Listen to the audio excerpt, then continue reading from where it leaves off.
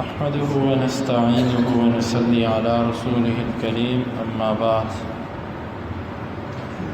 باب الکفیل فی السلم، یہ باب ہے بیع سلم میں اپنا کفیل بنانے کے بارے میں۔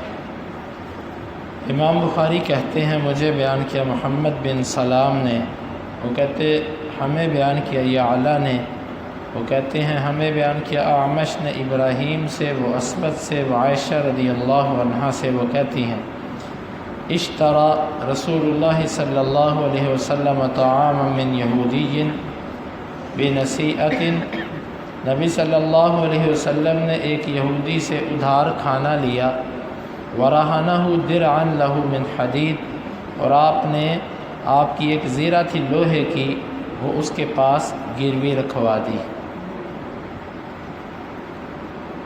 کفیل کہتے ہیں ضامن کو، جو کسی کی ضمانت دے۔ حدیث کے اندر تو ضامن کا ذکر نہیں ہے کہ اللہ کے نبی صلی اللہ علیہ وسلم نے بیع کی اور کوئی آپ کا ضامن بنا، اس کا ذکر تو نہیں ہے، لیکن آپ نے گروی رکھوائی تو گروی ایسے ہی ہوتا ہے جیسے ضامن ہے۔ جس طرح کہ بندہ کسی کی ضمانت دے دیتا ہے تو گروی بھی ضامن کے قائم مقام ہوتی ہے۔ گویا کہ امام بخاری رحمہ اللہ نے استدلال کیا ہے گروی کو ضامن پر، یعنی کہ ضامن کو گروی پر استدلال کیا، یہ ہے امام بخاری رحمہ اللہ کا استدلال۔ اور اس سے پہلے یہی استدلال ابراہیم نخعی نے بھی کیا۔ ابراہیم نخعی سے کسی نے جب یہ اعتراض کیا کہ بیع سلم، یعنی جس میں سودا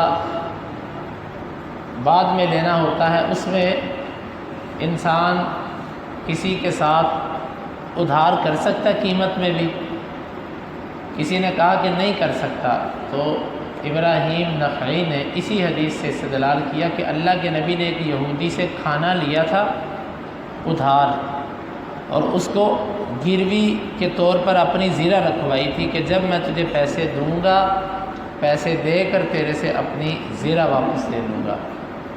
یہ گروی جو تھی یہ ضامن کے طور پر تھی۔ گروی کا مسئلہ ہم پیچھے ضمناً بیان کر چکے ہیں کہ گروی اگر کسی کے پاس رکھوائی جائے تو گروی سے فائدہ لینا جائز نہیں ہے، باقی اس کی مزید انشاءاللہ وضاحت کو اپنی جگہ پر آئے گی۔ باب الرہن فی السلم، یہ باب ہے بیع سلم کے اندر گروی رکھوانا۔ امام بخاری کہتے ہیں ہمیں بیان کیا محمد بن محبوب نے، وہ کہتے ہیں ہمیں بیان کیا عبد الواحد نے، وہ کہتے ہیں ہمیں بیان کیا اعمش نے، وہ کہتے ہیں تذاکرنا عند ابراہیم الرہن فی السلف، ہم نے ابراہیم نخعی کے پاس ذکر کیا گروی رکھنے کا بیع سلف میں، تو وہ کہنے لگے مجھے بیان کیا اسود نے عائشہ سے کہ بے شک نبی صلی اللہ علیہ وسلم نے اشترى من یہودی طعاما الی اجل معلوم، اللہ کے نبی نے یہودی سے کھانا خریدا تھا ایک متعین مدت تک، وارتہن منہ درعا من حدید، اور آپ نے گروی کے طور پر اس کے پاس اپنی لوہے کی زیرہ رکھوائی تھی۔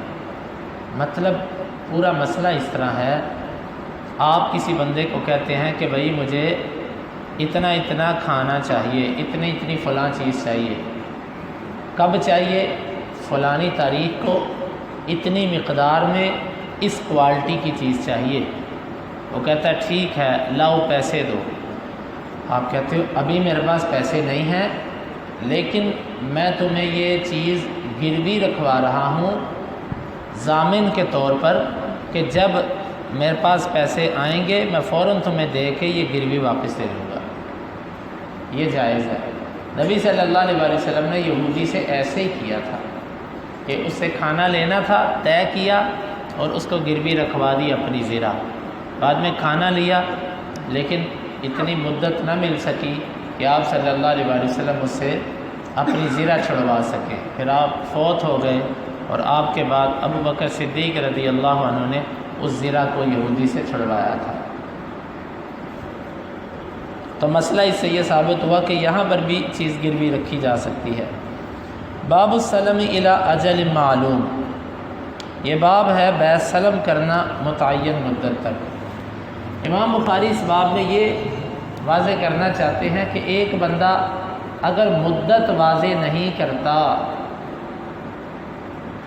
تو اس کی بیع درست نہیں ہے۔ مدت واضح کیسے ہوگی کہ بھئی فلاں مہینے کی اتنی تاریخ کو یا اتنے دنوں کے اندر اندر تو نے مجھے مال دینا ہے، یہ مدت ہے۔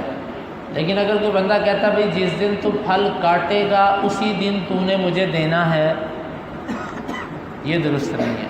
کیوں؟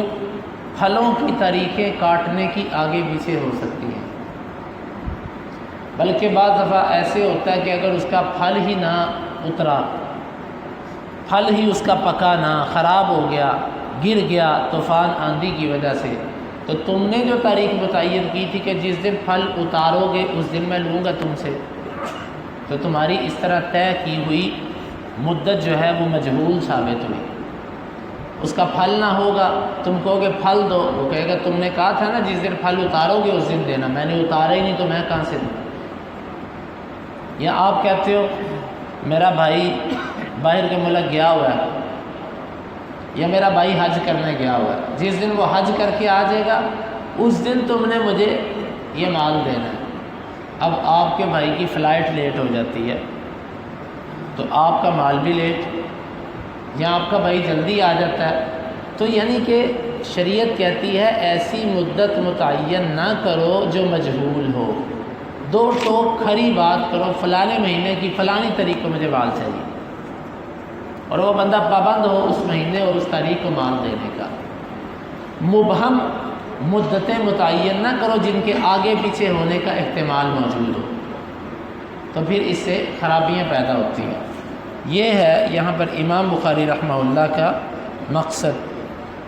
وَبِهِ قَالَ ابن عباس وابو سعید والحسن والاسود، یہی موقف عبداللہ بن عباس کا، ابو سعید خدری کا، حسن کا، حسن بصری، اسود کا، اور ابن عمر کہتے ہیں لا بأس فی الطعام الموصوف بسعر معلوم الی اجل معلوم، جب کھانے کا وصف بیان کر دیا جائے کہ اس قسم کا کھانا اس قیمت پر فلاں فلاں تاریخ کو، تو یہ بیع جائز ہے۔ لیکن اگر کوئی یوں بیع کرے مجھے 100 من گندم چاہیے، ٹھیک ہے، ریٹ کیا ہے؟ ریٹ وہ جو اس وقت نکلے گا، یہ غلط ہے، یہ غلط ہے۔ آپ بیع آج کر رہے ہیں، سودا آج کر رہے ہیں، ریٹ آج طے کر کے اٹھو۔ آپ کہتے ہو کہ بھئی 100 من گندم ریٹ جو اس وقت نکلے گا وہ دوں گا، اس سے یا خریدار کو نقصان ہوگا یا بیچنے والے کو نقصان ہوگا۔ اگر ریٹ اوپر چلا جاتا ہے تو خریدار اس پر بحث کرے گا کہ میں نے تجھے 6 مہینے پہلے پیسے دیے، مجھے اس کا کیا فائدہ ہوا؟ میرے پیسوں پر تو نے سارا کاروبار کیا، انویسٹمنٹ میری تھی، مجھے اس کا کیا بینیفٹ ملا؟ اور اگر ریٹ نیچے چلا جاتا ہے تو مالک کہے گا لو جتنے کا میں نے تم سے پیسے لے کر مال بنایا، میرے تو پیسے بھی نہیں پورے ہو رہے۔ تو یہ اسی لیے شریعت کہتی ہے کہ متعین کرو قیمت، مجہول نہیں ہوتا۔ عبداللہ بن عمر کے قول کا مطلب یہ ہے جب تم نے چیز کو واضح کر دیا کہ اس قسم کی چیز اور اس ریٹ پر اور فلاں مدت کو، تو پھر اس بیع میں کوئی حرج نہیں ہے۔ ما لم یکن ذلک فی زرع لم یبدو صلاحہ، ہاں ایسی کھیتی کا سودا نہ کرو کہ جس کا پکنا ہی ابھی ظاہر نہیں ہوا۔ یہ بات میں نے کل کے درس میں بھی کہی تھی، آپ کسی ایک کھیت پر ہاتھ رکھ کر کہتے ہو نا کہ مجھے اس کا پھل چاہیے، اس کی فصل چاہیے، یہ تب جائز ہے جب اس کی فصل بالکل تیار ہو چکی ہے۔ اگر تیار نہیں ہوئی تو پھر آپ اس پر ہاتھ رکھ کے نہیں کہہ سکتے کہ مجھے اس کا پھل چاہیے۔ ہاں ویسے کہو کہ مجھے اتنا پھل چاہیے، کیوں؟ کیا پتہ اس کھیتی کا پھل ہو ہی نہ اس دفعہ، تو پھر تمہارا جھگڑا آئے گا، اختلاف ہوگا۔ اس لیے عبداللہ بن عمر کہتے ہیں کہ یہ جائز ہے، البتہ اگر کسی کھیتی پر ہاتھ رکھ کر بات کرنی ہے تو جب تک اس کا پھل پک نہیں جاتا اس وقت تک بیع نہ کرو۔ امام بخاری کہتے ہیں کہ ہمیں بیان کیا ابو نعیم نے، وہ کہتے ہیں ہمیں بیان کیا سفیان نے ابن ابی نجیح سے، وہ عبداللہ بن کثیر سے، وہ ابو المنہال سے، وہ عبداللہ بن عباس رضی اللہ عنہما سے، وہ کہتے ہیں قادم النبی صلی اللہ علیہ وسلم المدینہ تھا وہم یصطفون فی الثمار سنتین والثلاث، نبی صلی اللہ علیہ وسلم مدینہ تشریف لائے، مدینہ والے پھلوں میں 2 سال کی 3 سال کی بیع سلف کرتے تھے، تو آپ نے فرمایا اسلفوا فی الثمار فی کیل معلوم الی اجل معلوم، پھلوں کے اندر تم بیع سلف کرو لیکن ماپ متعین ہونا چاہیے، مدت متعین ہونی چاہیے۔ اور عبداللہ بن ولید کہتے ہیں ہمیں بیان کیا سفیان نے، وہ کہتے ہیں ہمیں بیان کیا ابن ابی نجیح نے، وہ کہتے ہیں فی کیل معلوم و وزن معلوم، ماپ بھی معلوم ہونا چاہیے، وزن بھی معلوم ہونا چاہیے۔ امام بخاری کہتے ہیں کہ ہمیں بیان کیا محمد بن مقاتل نے، وہ کہتے ہیں ہمیں خبر دی عبداللہ نے، وہ کہتے ہیں ہمیں خبر دی سفیان نے سلیمان الشیبانی سے، وہ محمد بن ابی المجالد سے، وہ کہتے ہیں مجھے ابو بردہ اور عبداللہ بن شداد نے بھیجا عبد الرحمن بن ابزہ اور عبداللہ بن ابی اوفا کی طرف، میں نے ان دونوں سے سوال کیا بیع سلف کے بارے میں، ان دونوں نے کہا کہ کننا نصیب المغانم مع رسول اللہ صلی اللہ علیہ وسلم، ہم اللہ کے نبی صلی اللہ علیہ وسلم کے ساتھ مال غنیمت حاصل کیا کرتے تھے، تو ہمارے پاس شام کے کسان آتے تھے، ہم ان سے بیع سلف کرتے تھے گندم میں، جو میں اور منقع میں ایک متعین مدت تک۔ وہ کہتے ہیں کہ میں نے کہا کہ کیا ان کسانوں کی کوئی کھیتیاں ہوتی تھیں یا ان کی کھیتیاں نہیں ہوتی تھیں؟ تو وہ کہنے لگے ہم ان چیزوں کا ان سے سوال نہیں کرتے تھے، ہمیں فصل سے غرض ہوتی تھی، ہمیں کھیتیوں سے کوئی غرض نہیں ہوتی تھی، اس نے ہمیں فصل دینی ہے وہ جہاں سے مرضی اکٹھی کر کے دے۔ اس حدیث کے اندر بھی یہی بات ہے کہ مدت واضح متعین ہونی چاہیے، مبہم اور مجہول مدت نہیں ہونی چاہیے۔ باب السلف الی ان تنتج الناقہ، یہ باب ہے بیع سلم کرنا اس مدت تک کہ جب اونٹنی بچہ جنم دے۔ یہ اس باب کی آخری حدیث ہے اس کتاب کی۔ ایک بندہ یوں سودا کرتا ہے کہ بھائی تو نے مجھے یہ پھل تب دینا ہے جب یہ اونٹنی بچہ جنم دے۔ شریعت کہتی ہے یہ بیع غلط ہے۔ کیوں؟ کیا پتہ اس کا بچہ پیدا ہی نہ ہو، تو پھر وہ تم کہو کہ مجھے فصل دو، وہ کہے تم نے کہا تھا جب یہ اونٹنی بچہ جنم دے گی تب دوں گا، اس نے تو جنم دیا ہی نہیں ہے، تو میں تمہیں فصل کیسے دوں؟ یا اونٹنی نے بچہ جلدی جنم دے دیا، وہ اس کو کہتا بھئی جو دن اونٹنی کے بچہ جنم ہونے کا تھا اس دن فصل دینا طے تھا، اب میری فصل دو، پھل دو مجھے، وہ کہتا بھئی ابھی ہے ہی نہیں۔